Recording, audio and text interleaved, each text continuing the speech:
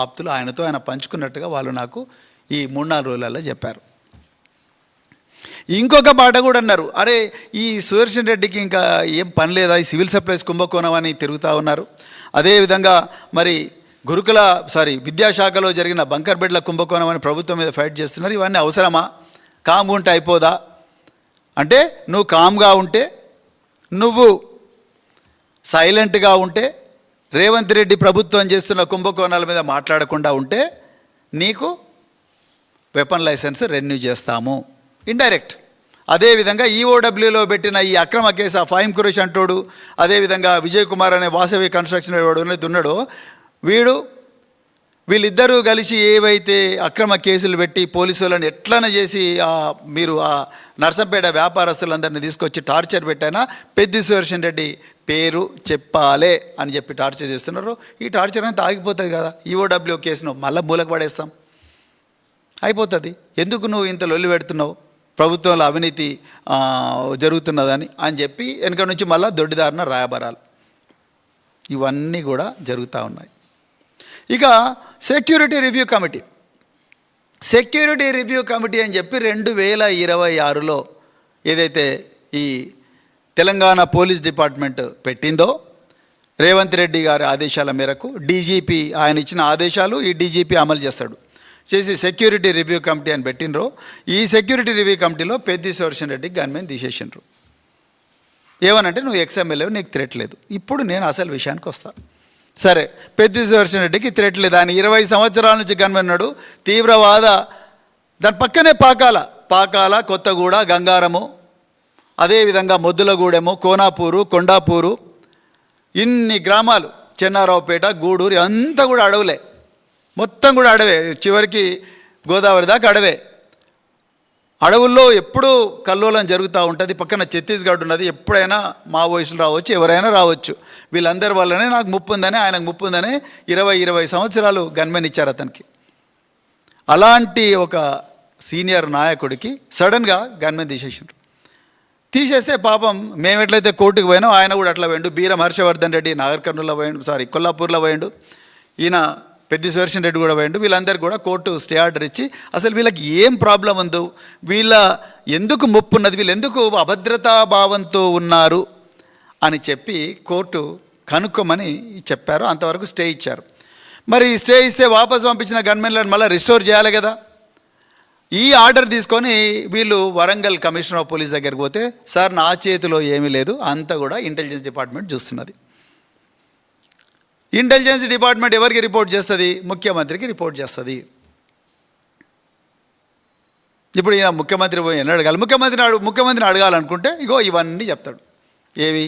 నువ్వు civil supply scam గురించి మాట్లాడకు, లేకపోతే ఈ విద్యాశాఖలో జరిగిన బంకర్ బెడ్ల కుంభకోణం గురించి మాట్లాడకు, రకరకాల కుంభకోణం గురించి మాట్లాడకు, నువ్వెందుకు బీఆర్ఎస్లు ఉంటావు, నువ్వు వేరే మా పార్టీలకు రావచ్చు కదా అని ఇక బేరం పెడతాడు.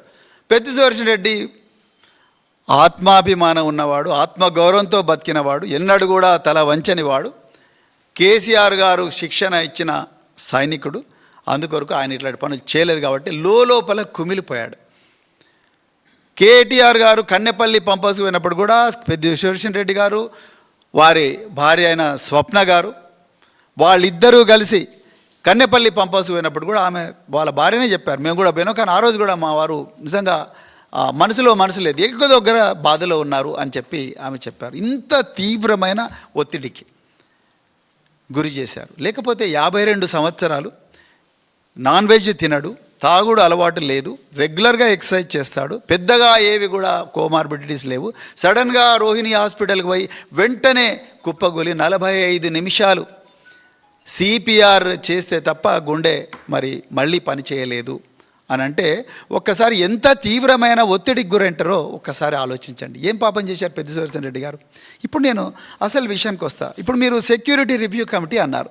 సెక్యూరిటీ రివ్యూ కమిటీ ఈ సివి ఆనంద్ గారు నాకు ఒక నోటీస్ ఇచ్చారు, ప్రవీణ్ కుమార్ నీకు కూడా సెక్యూరిటీ తగ్గిస్తున్నాం, నీ బుల్లెట్ ప్రూఫ్ వాహనాన్ని రద్దు చేస్తున్నాం, ఇగో నీ మీద మాకేం లేదు, కానీ మీకు సెక్యూరిటీ రివ్యూ కమిటీ నీకు భద్రత తగ్గించామని రికమెండ్ చేసింది అన్నాడు.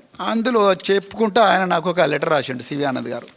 ఆ లెటర్లో ఏం రాసిండయా అంటే, తెలంగాణ ప్రజలు జాగ్రత్తగా వినాలి ఈ విషయం.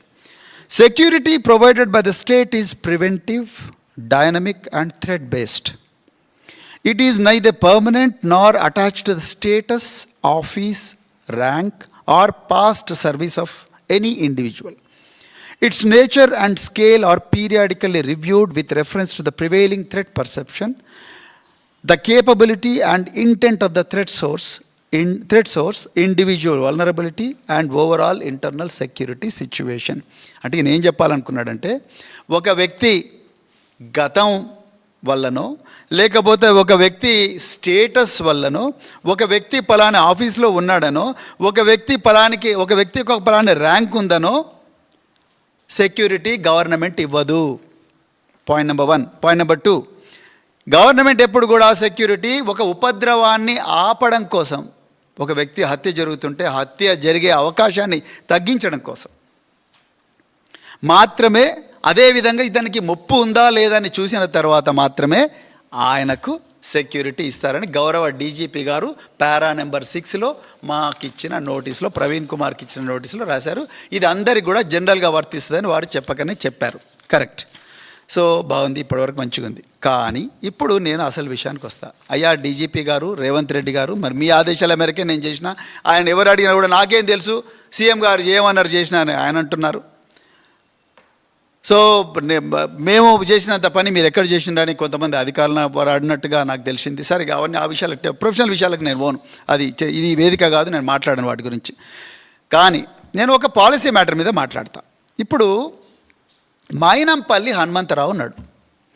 మైనంపల్లి హనుమంతరావు ఏం కోంబింగులు చేసిండని, ఏ అల్ఖాయిదా తీవ్రవాద సంస్థ, లేకపోతే ఏ లష్కర్ ఏ తొయ్యబా, ఏ జైషే మహమ్మద్, ఏ సిపిఐ మావోయిస్టులు మైనంపల్లి హనుమంతరావును టార్గెట్ చేస్తారు అని చెప్పి ఆయనకు 2+2 గన్మెన్ ఇచ్చారు. చెప్పాలి డీజీపీ గారు, ఎందుకంటే now you have clearly mentioned that the security provided by the state is preventive, dynamic, and threat based. It is neither permanent nor attached to the status, office, rank, or past service of any individual, not just Praveen Kumar, any individual, not just Petti Sudarshan Reddy, any individual. మరి అట్లేటప్పుడు మైనంపల్లి హనుమంతరావు గారికి 2+2 gunmen ఎందుకు ఇచ్చారు? DGP గారు చెప్పాలి. పెద్ది సుదర్శన్ రెడ్డికి ఒక న్యాయం, మైనంపల్లి హనుమంతరావుకి ఇంకో న్యాయమా? కొండా మురళి, ఆయన ఎమ్మెల్సీ కాదు, ఆయన ఒక కార్పొరేషన్ చైర్మన్ కాదు, వారు కేవలం మంత్రి కొండా సురేఖ గారి భర్త. కొండా మురళి గారికి 2+2 గన్మెన్ ఇచ్చారు. వరంగల్ సిటీలో ప్రతి ఒక్కరికి కూడా తెలుసు కొండా మురళి గారు ఆ 2+2 గన్మెనే కాదు, పోలీసు వాళ్ళందరూ పోతే పోలీసు వాళ్ళందరూ కూడా ఆయన కాన్వాయ్లో పోతారు. ఆయనకి ఏ హోదా ఉందని 2+2 గన్మెన్ ఇచ్చారు?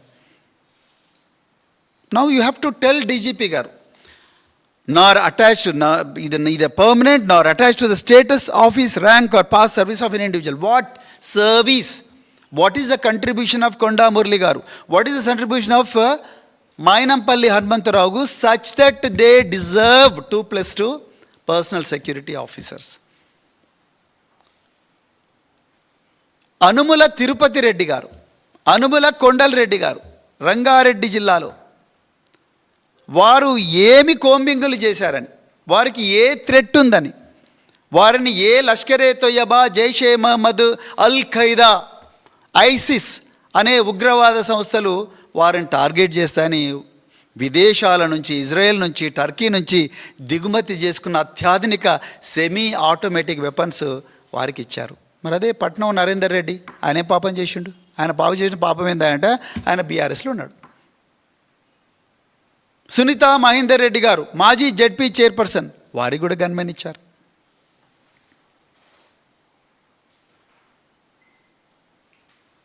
ఎట్లిచ్చారు? అనుమల తిరుపతి రెడ్డి గారికి ఉన్నదేంటి, పెద్ది సుదర్శన్ రెడ్డి గారికి లేని అర్హత ఏంటి? ఇవాళ చెప్పాలి మీరు. Because you have to be very fair. తొలి తెలంగాణలో మొట్టమొదటి గిరిజన మహిళ